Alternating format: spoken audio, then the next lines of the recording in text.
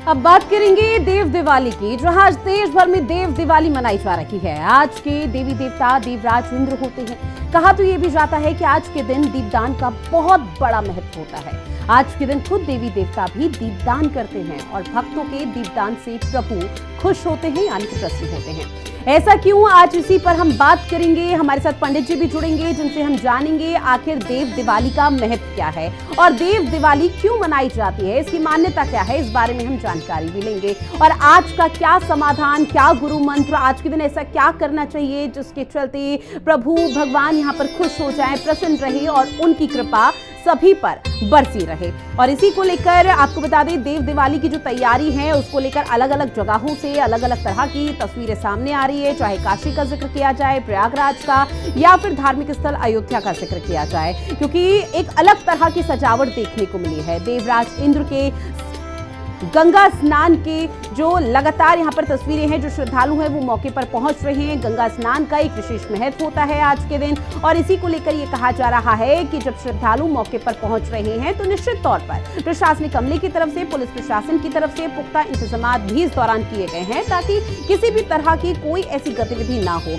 अब ऐसे में जरा ये भी समझिए कि देव दिवाली मनाई क्यों जाती है, क्योंकि देव दीपावली को त्रिपुरासुर दैत्य का वध हुआ है। ऐसे में भगवान शंकर ने त्रिपुरासुर दैत्य का वध किया, जहां आपको बता दें कि वध के बाद देवता पृथ्वी पर पहुंचे, जहां देवताओं के दीपदान के कारण देव दीपावली का त्योहार मनाया जाता है। और इसीलिए कहा जाता है कि आज के दिन साधारण मनुष्य जब दीपदान करता है तो उसकी एक अलग मान्यता होती है, जिसका जिक्र पौराणिक कथाओं में भी किया गया है, क्योंकि माना यह जाता है कि आज के दिन खुद देवता साक्षात दीपदान करते हैं। ऐसे में आपको बता दें, महादेव ने जब वध किया था उसके बाद से तस्वीरें सामने आई थी। पंडित जी भी हमारे साथ जुड़ चुके हैं। महोपाध्याय डॉक्टर आदित्य पांडे जी, बहुत स्वागत करती हूँ मैं आपका हिंदी खबर में। सबसे पहले शुरुआत इसी को लेकर है कि आखिर देव दिवाली क्या है और इसकी मान्यता क्या है, क्योंकि आज के समय में शायद ही बहुत ऐसे लोग होंगे जो इस बारे में नहीं जानते कि देव दिवाली को धूमधाम के साथ मनाया जाना चाहिए और क्यों मनाया जाता है। सर्वप्रथम आप सभी को देव दिवाली की शुभकामनाएं। देव दिवाली, अभी हमने 15 दिन पहले दीपावली मनाई थी, जब हमने माता लक्ष्मी जी का प्रादुर्भाव मनाया था और माता महाकाली का। आज वो दिन है जब त्रिपुरांतकारी यानी भगवान महादेव ने त्रिपुरासुर नामक राक्षस का वध किया था। और वध करते ही जब भगवान शिव पुनः काशी नगरी में आए तो सभी देवताओं ने दिवाली मनाई। तो अभी हमने दिवाली मनुष्यों ने मनाई थी, इस बार दिवाली जो आज मनाएंगे वो देवता स्वयं मनाएंगे। मानते हैं कि काशी नगरी पर गंगा जी के तट पर करोड़ों दीपक द्वारा देवता स्वयं आते हैं और स्वयं दीपक लेकर आते हैं और वो दीपावली मनाते हैं। दीपावली पर दीपों को प्रज्वलित करते हैं और सकारात्मक ऊर्जा धरती पर लेकर आते हैं। अब बिल्कुल, और इसीलिए कहा जा रहा है कि आज बहुत धूमधाम के साथ मनाई जा रही है। चाहे हम काशी का जिक्र किया जाए, अयोध्या का जिक्र किया जाए, हर धार्मिक स्थल से पंडित जी अलग अलग तरह तस्वीरें सामने आ रही है। लेकिन क्या ऐसा कोई मूल मंत्र या गुरु मंत्र है जो आज के दिन हर शख्स को अपने जीवन में अमल करना चाहिए? जी बिल्कुल है। सबसे पहले तो देव दीपावली एक ऐसा समय है जब हम सभी देवताओं का आशीर्वाद सामूहिक रूप से प्राप्त कर सकते हैं। वैसे तो कार्तिक मास विशेष रूप से भगवान विष्णु जी की पूजा को समर्पित है, परंतु देव दीपावली भगवान शिव जी की पूजा का भी विशेष लाभ पाने का अवसर प्रदान करता है। जी, अब चूंकि देखिए आज कार्तिक पूर्णिमा भी है और कार्तिक पूर्णिमा चूंकि है और इसको लेकर लंबे समय से इंतजार किया जाता, क्या कोई शुभ मुहूर्त भी इस दिन का होता है देव दीपावली? क्योंकि बहुत से लोग हैं जो नहीं जानते, क्योंकि 2020 का हम जिक्र किया जाए तो साल 2020 वो ऐसा साल था जिसके बाद ये बहुत तेजी के साथ प्रचलन में आया। देव दीपावली का जो शुभ मुहूर्त है वो शाम को 5:11 से 7:47 तक है। देव दीपावली को कार्तिक मास में जब हम मनाते हैं पूर्णमासी की तिथि को, तो प्रदोष काल में मनाते हैं, यानी कि जब सूर्य भगवान अस्त होने वाले हो उसके निकट। तो प्रदोष काल का जो समय है वो सबसे शुभ मुहूर्त है। और इस बार तो विशेष मुहूर्त इसलिए और बन रहा है क्योंकि भद्रा जो है उनका भी शुभ योग है। माना जा रहा है कि इस बार जो भद्रा है वो स्वर्ग में है। जब भी भद्रा स्वर्ग में होती है, स्वर्ग में उनका वास होता है। नॉर्मली आप जब भद्रा का नाम सुनते हैं तो आपको नेगेटिव सुनने को मिलता है, रक्षाबंधन के समय और समय। इस समय भद्रा का वास स्वर्ग में है और स्वर्ग में जब भद्रा होती है तो उस समय वो अभिष्ट फल बहुत ज्यादा लाभ देती है, सभी के लिए लाभदायक होती है। और इस बार तो बल्वकरण भी है, बल्वकरण ऐसा है कि जिसमें माना जाता है अगर भगवान शिव जी का इस समय पूजन कर लो तो अनेकों कष्टों से आप मुक्त हो सकते हैं। आपको बेस्ट ऑफ द बेस्ट मुहूर्त मिल सकता है अगर आप इस दिन भगवान शिव जी का प्रॉपर विधि विधान से पूजन कर लें और देव दीपावली मना लें। आदित्य पांडे जी, चूंकि आपने भद्रा का जिक्र किया तो इसी से जुड़ा भी मेरा सवाल होगा। बहुत लोगों के मन में असमंजस की स्थिति है। जब चूंकि रक्षाबंधन में भद्रा लगा हुआ था तो एक शुभ मुहूर्त निकाल दिया गया था कि ये वो समय है, ये वो समय काल है जिसमें आपको राखी बांधनी है। लेकिन अब चूंकि आपने जिक्र किया भद्रा स्वर्ग में है, तो ऐसे में जानेंगे आपसे ये कि भद्रा चूंकि स्वर्ग में है तो किस तरह का धरती पर असर पड़ता हुआ नजर आएगा? क्या ऐसा शुभ समय, क्या ऐसा शुभ मुहूर्त और शुभ चीजें जो आज होती हुई नजर आएंगी? भद्रा का 3 जगह वास माना जाता है, धरती पर, स्वर्ग में और पाताल में। जब भी भद्रा स्वर्ग और पाताल में होती है तो फिर जनता के लिए बहुत भाग्यशाली मानी जाती है, परंतु जब भद्रा धरती पर होती है तब उन्हें अशुभ कारक माना जाता है। अक्सर हम देखते हैं कि रक्षाबंधन के जो दिन होता है वो स्वर्ग की जगह वो धरती पर होती है, या होलिका के समय भी ऐसा देखने को मिलता है, जिसके कारण हम लोग आपसे कहते हैं कि भद्रा के समय में मत करिए, भद्रा के पुच्छ काल को ले लीजिए। परंतु इस बार सबसे अच्छी बात यही है कि भद्रा पूरी तरह से शुभ कारक है, भाग्यवर्धक है, और भद्रा जी स्वयं सुभद्र करने वाली है, यानी शुभ काम करने वाली है। बिल्कुल। ऐसे में चूंकि देखिए जब दीपावली का पावन पर्व था तो पूरे देश में प्रभु श्री राम को लेकर एक अलग तरह की रौनक, अलग तरह का उत्साह लोगों के बीच देखने को मिल रहा था कि प्रभु श्री राम अपने महल में आ चुके हैं, वहां पधार चुके हैं।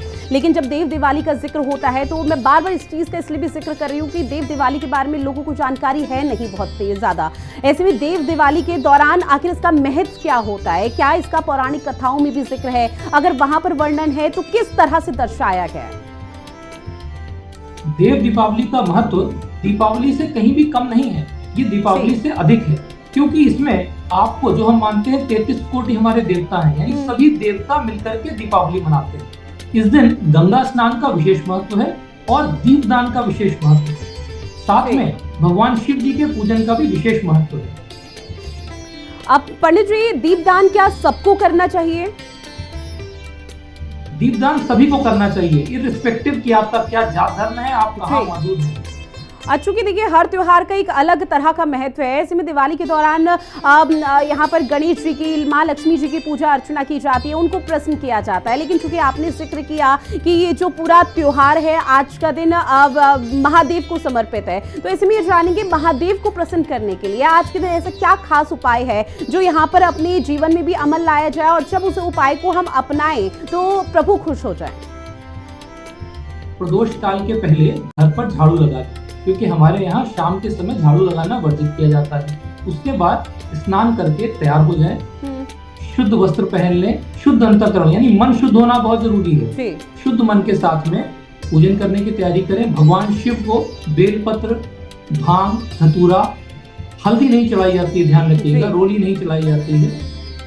उनको बेलपत्र, साथ में उनको अलग पुष्प चढ़ाइए, भस्म चढ़ाइए, रोली छोड़ दीजिए, उसके अलावा अक्षत चढ़ाइए, सभी पुष्पों से उनका अभिषेक करिए।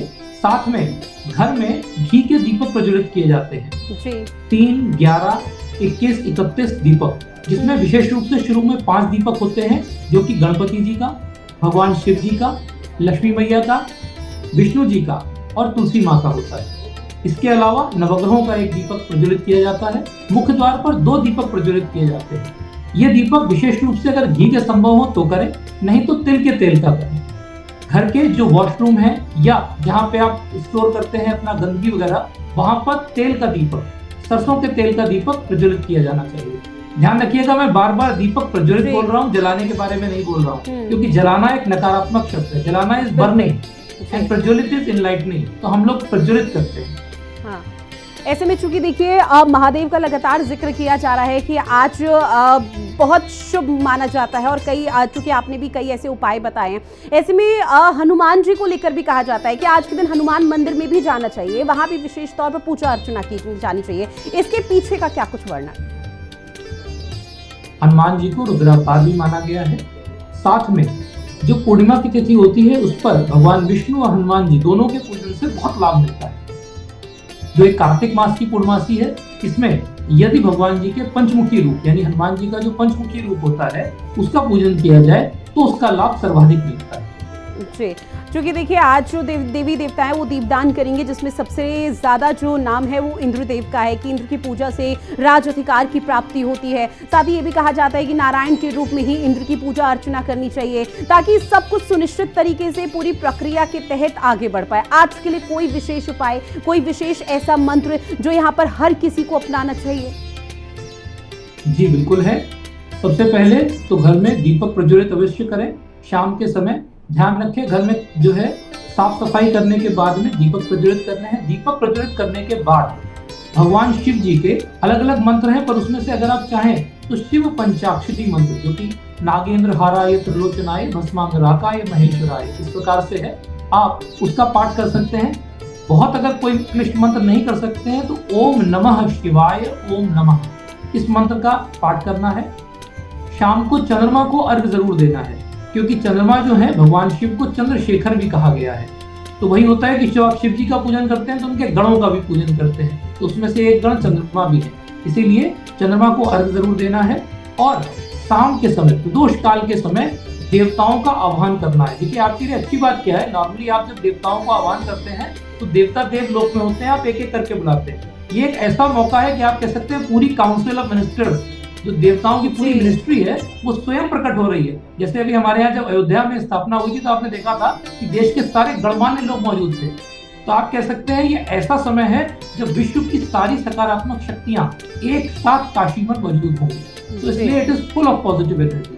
बिल्कुल, सभी के कष्ट हरने वाले महादेव की पूजा अर्चना आज की जाएगी और ऐसे में शुभ मुहूर्त पंडित जी आपने बताया। इसके साथ ही आपने कहा कि आज चंद्रमा को यहाँ पर जल जरूर अर्पित करना चाहिए और ऐसे में कहा यह भी जाता है जब जल अर्पित करें, जल को चढ़ाएं तो उस दौरान उस जल को अपने आंखों में भी लगाना चाहिए। इसके पीछे की मुख्य वजह क्या है? मानते ये है कि चंद्रमा जो है, चंद्रमा मनसो जाता है चक्षु सूर्यो अजायता, तो सूर्य की जो ऊर्जा है वो आंखों में है और चंद्रमा हमारे मन का कारक है। तो जब भी हम अपनी आंखों को शीतलता देना चाहते हैं, आप देखेंगे आंखों का तत्व गर्म है, इसलिए ईश्वर न करे जब भी कभी चोट लगती है तो लोग कहते हैं आइस पैक या ठंडा लगाओ। तो जब भी चंद्रमा को जल चढ़ाते हैं तो वो जल अपने नेत्रों पर, अक्षों पर लगाने से आपकी आईसाइट में इंप्रूवमेंट आता है। आपकी ऑप्टिकल नर्व जो होती है उस पे जो कंप्रेशन आ रहा है उसमें कमी आती है। कुछ लोग जिनको की रेटिना में डैमेज है उसमें इंप्रूवमेंट आता है। हालांकि देखिए जो उपाय पंडित जी आप बता रहे हैं ये तो सबसे पहले हर किसी को करना चाहिए, आज के दिन तो विशेषकर, लेकिन कई लोगों का जो चंद्रमा है वो बेहद कमजोर श्रेणी में रहता है, जिसकी वजह से उनको जीवन में कई तरह की परेशानियों का, कई तरह की समस्याओं का सामना करना पड़ता है। तो इस दौरान अगर वो लोग आज इस तरह के उपाय करें जो लगातार आप बता रही हैं, तो क्या उनको एक बहुत अच्छा और सुखद फल मिलेगा? मिलेगा, और उसके लिए मैं आपको तरीका बता देता हूँ। पहली बात तो ये कि चंद्रमा जो है वो मन का कारक भी है, चंद्रमा हार्मोन्स के कारक भी है, चंद्रमा स्किन के कारक भी है। जिन माताओं बहनों को हार्मोन्स में इम्बैलेंस होता है उसका भी कारक चंद्रमा है। जो डिप्रेशन के मरीज हैं वो भी इसीलिए हैं क्योंकि उनका चंद्रमा इम्बैलेंस है, और जिनका कॉन्सेंट्रेशन वीक है वो भी इसीलिए वीक है क्योंकि उनका चंद्रमा वीक है। इसलिए सबसे अच्छा तरीका है, यदि चांदी का पात्र उपलब्ध हो तो चांदी के पात्र से चंद्रमा को अर्घ दें। अगर चांदी का पात्र उपलब्ध नहीं है तो चांदी का सिक्का डालिए। जिन लोगों को डिप्रेशन की प्रॉब्लम है वो लोग सफेद चंदन का थोड़ा सा बुरादा इसके अंदर डाल दें और फिर अर्घ अर्पित करें। जिन माताएं बहनों को हार्मोनल इंबैलेंस की प्रॉब्लम ज्यादा होती है उनको यदि संभव हो तो सफेद चंदन की लकड़ी इसमें डाल दें या फिर पलाश का एक पुष्प इसमें डाल दें और डाल करके जब चंद्रमा को जल अर्पित करेंगे और बाद में पलाश के पुष्प से ही अपने आंखों पर जल लगाएंगे तो देखेंगे उन माताएं बहनों को इम्प्रूवमेंट मिलेगा। जिन बच्चों को कॉन्सेंट्रेशन की प्रॉब्लम है वो पलाश की अगर लकड़ी मिल जाती है तो पलाश की लकड़ी इस जल में डाल दें लोटे में और उसके बाद चंद्रमा को अर्घ दें इस शाम को, तो देखेंगे कि उन बच्चों को ये लकड़ी उठा करके बाद में अपनी पढ़ाई के स्थान पे रख लेनी है, यानी जहाँ वो पढ़ते हैं वहां पे रख लें, तो उनका कॉन्सेंट्रेशन बहुत अच्छा इंप्रूव होगा। और यदि कोई बहुत कठोर उपाय या पलाश की लकड़ी ये सब उपलब्ध नहीं है तो भी एक बहुत आसान तरीका है, चांदी का कोई एक सिक्का घर पे जरूर होगा, उसको लीजिए, उस पर सफेद चंदन से ओम लिखें और दूसरी तरफ सोम लिख लें। लिख करके इसको भगवान शिव जी के पास आज रखें और ओम चंद्रशेखराय नमः इस मंत्र का 11 बार जाप कर लें। फिर ये सिक्का अपने सिरहाने रखें। रात में अगर इसको रख करके सोएंगे तो बताएंगे वो डिप्रेशन के पेशेंट या वो लोग जिन्हें इंसोम्निया की प्रॉब्लम है, जिन्हें नींद भी नहीं आती है, तो बताएंगे कि मेरी नींद बहुत शांति से आ रही है। अब बिल्कुल पंडित जी आप हमारे साथ जुड़िए, चर्चा की उसके लिए बहुत शुक्रिया। तो पंडित जी, डॉक्टर आदित्य पांडे जी ने कई ऐसे महत्वपूर्ण उपाय, कई ऐसे मंत्र और शुभ मुहूर्त यहाँ पर बताया जो आज आप अपने जीवन में अगर अमल करें तो आने वाले समय में भविष्य में परिणाम आपको सुखद मिलेंगे और अच्छे मिलेंगे। बहरहाल फिलहाल मुझे दीजिए इजाजत, नमस्कार।